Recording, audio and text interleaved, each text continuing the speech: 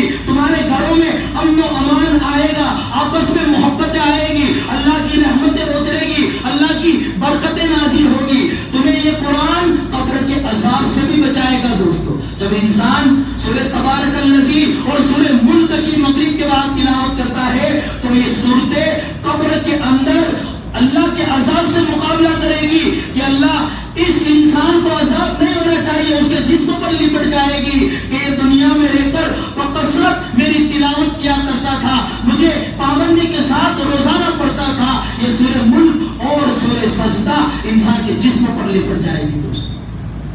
اگر انسان کے کاروبار میں برکت نہیں ہے، اگر وہ مغرب کے بعد سورہ واقعہ پڑھتا ہے تو اس کے کاروبار میں برکتیں آ جائے گی۔ یہ بڑے سے بڑے عالموں کا تجربہ ہے، بڑے سے بڑے میرے سامنے ایسے بھی واقعات ہیں کہ جو روڈ پر رہنے والے تھے، جو نورے چوراہے پر بیٹھے رہتے تھے، ان کو جب یہ پتا چلا کہ سورہ یاسین پڑھنے سے برکت آتی ہے، اللہ کی رحمت آتی ہے اور رزق میں اضافہ ہوتا ہے، سورہ واقعہ سے بھی، تو انہوں نے پڑھنا چالو کر دیا۔ آج وہ کروڑوں روپے کے مالک ہے دوستو، آج وہ کروڑوں روپے کے مالک ہے۔ وہ کس کی برکت؟ یہ قرآن کی برکت ہے دوستو۔ قرآن کی برکت ایسی ہے کہ ہم سوچ بھی نہیں سکتے۔ یہ قرآن ایک مشک کی پوٹلی جیسا ہے، اگر ایک پوٹلی ہو اس کے اندر مشک کی خوشبو ہو، اگر اس کو پیک کر کے رکھ دیا جائے تو اس کی خوشبو نہیں آئے گی دوستو، آئے گی؟ نہیں آئے گی۔ اگر اس گٹھان کو کھولا جائے گا، اس پوٹلی کو کھولا جائے گا تو وہ سارے لوگوں کو اس کی خوشبو حاصل ہوگی، سارے لوگ اس کی خوشبو کو سنیں گے۔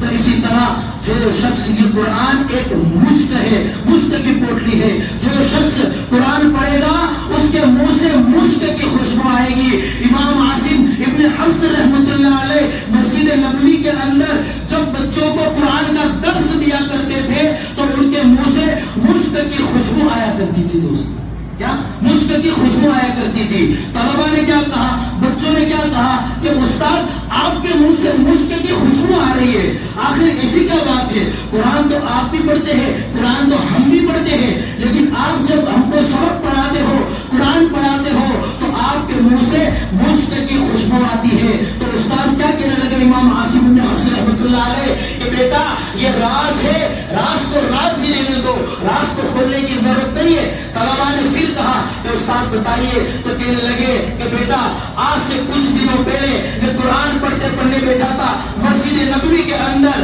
قرآن پڑھتے پڑھتے مجھے نیند آ گئی تو میں نے نیند میں رسول اللہ صلی اللہ علیہ وسلم کی زیارت کی اور حضور نے فرمایا کہ امام عاصم جب تو قرآن پڑھتا ہے تو مجھے اتنی خوشی ہوتی ہے۔ اور اس کے بعد رسول اللہ صلی اللہ علیہ وسلم نے امام عاصم ابن حفص رحمۃ اللہ علیہ کے ہونٹوں پر بوسہ دیا۔ یہ اسی خوشبو کا کمال ہے دوست، یہ اسی خوشبو کا کمال ہے دوست۔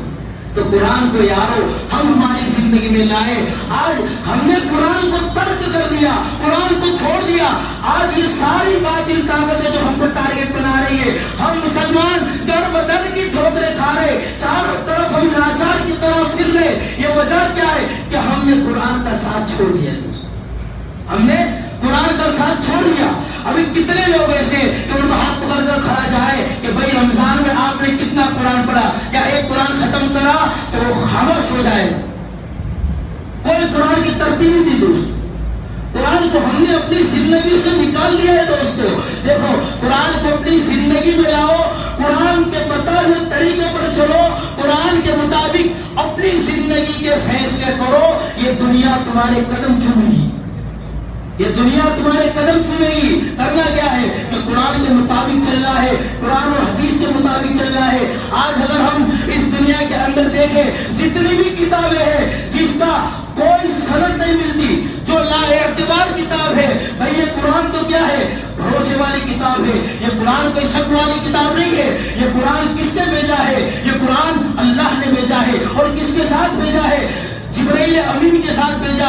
اور کس کے پاس بھیجا ہے؟ رسول اللہ صلی اللہ علیہ وسلم کے پاس بھیجا ہے۔ تو بھائی بھیجنے والے بھی سچے ہیں، جو ساری دنیا کے رب ہے، اور جو لا رہے ہیں وہ بھی سچے ہیں، جو تمام فرشتوں کے سردار ہے، اور جس پر قرآن اتارا جا رہا ہے، جس پر قرآن لایا جا رہا ہے، وہ بھی حق ہے، سچ ہے، اور سارے جہان کے نبی ہے دوستو۔ آج ہم دیکھو دنیا کی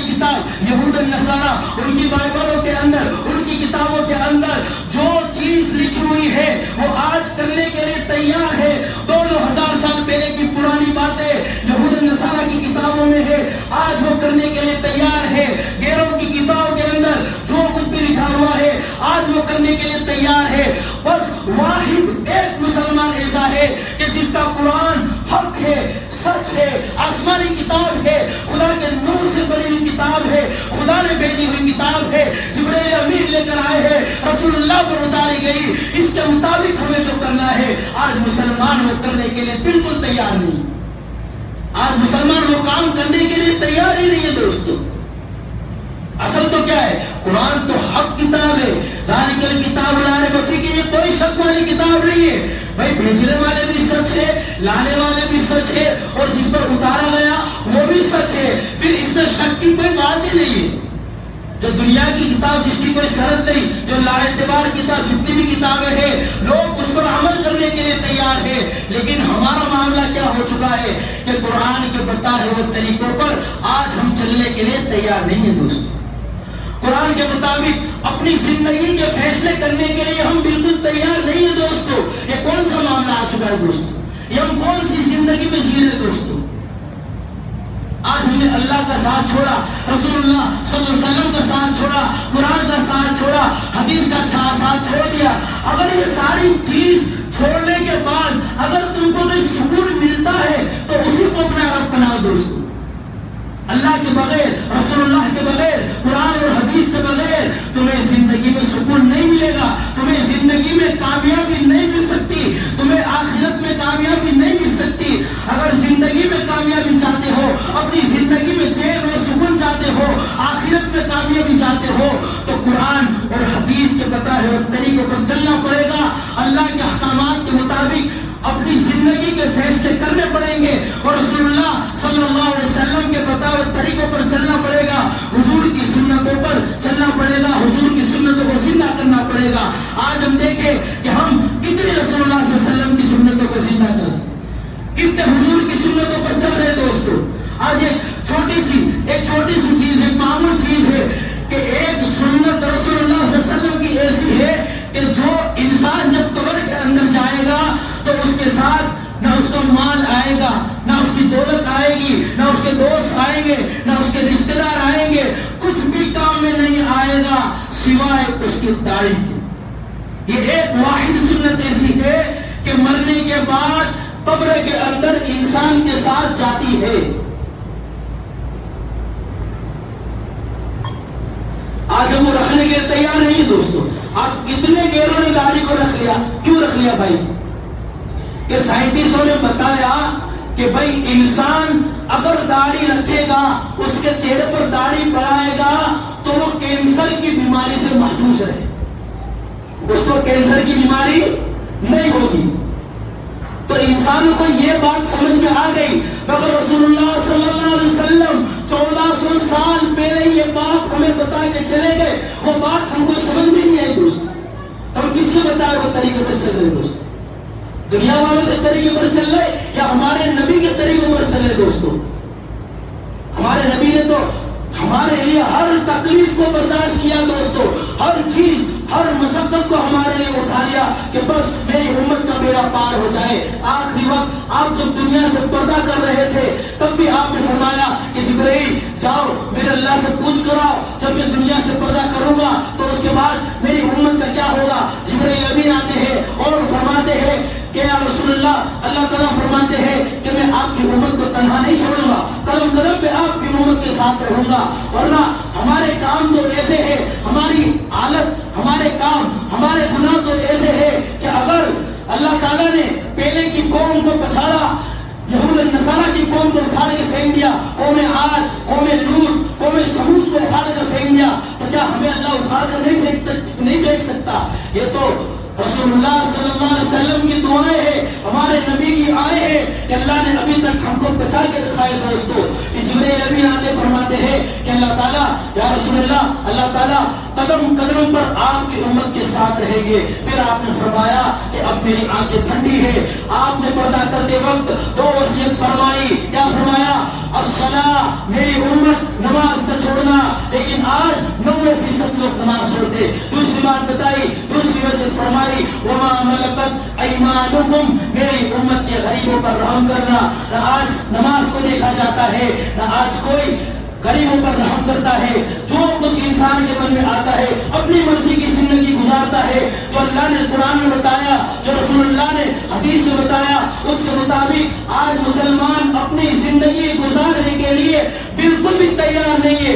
آج مسلمان ہر کام کرنے کے لیے تیار ہے۔ اگر کسی کو مارنا ہے، لوٹ کرنی ہے، کسی کو اس دنیا سے ختم کرنا ہے، کسی کی جان لینی ہے یا کسی کے ساتھ بدسلوکی کرنی ہے، سارے کام کرنے کے لیے تیار ہے، مگر وہ کام کرنے کے لیے تیار نہیں ہے کہ جو اللہ کے سامنے جھکنا ہے، جو قرآن کے اندر ہے، جو حدیث کے اندر ہے، جو رسول اللہ صلی اللہ علیہ وسلم نے فرما دیا، وہ کام کرنے کے لیے آج مسلمان تیار نہیں ہے دوست۔ تو ہم کون سی جہالت کی زندگی میں جی رہے دوست؟ یہ تو ہم جہالت کی زندگی میں گزر رہے ہیں، ہم کون سے دور سے گزر رہے ہیں دوستو؟